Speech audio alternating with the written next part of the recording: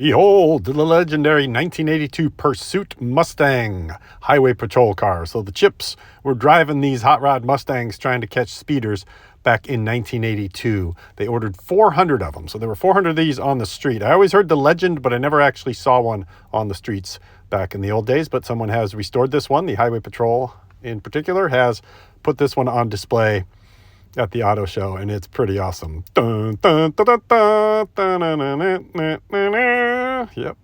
And this California Highway Patrol Pursuit Mustang could do 0 to 60 miles per hour in 5.3 seconds. So it was quick for its time in the quarter mile. And you can see the beautiful brown velour and the stealthy lights in there. There's a good look at the cockpit and the control panel.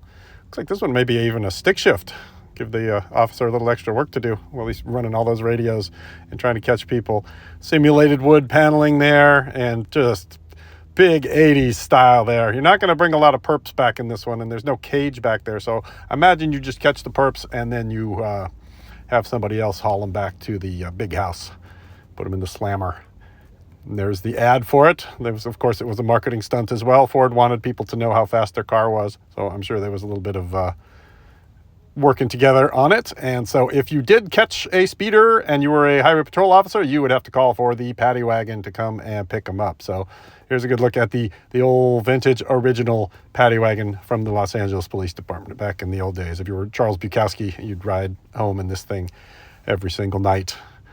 And here is the new Mustang. So Mustang, the electric version of the Ford Mustang, they've actually given that to the Highway Patrol. So now the Highway Patrol has the all-new electric Mustang that's probably even quicker 0 to 60 than that old Pursuit version.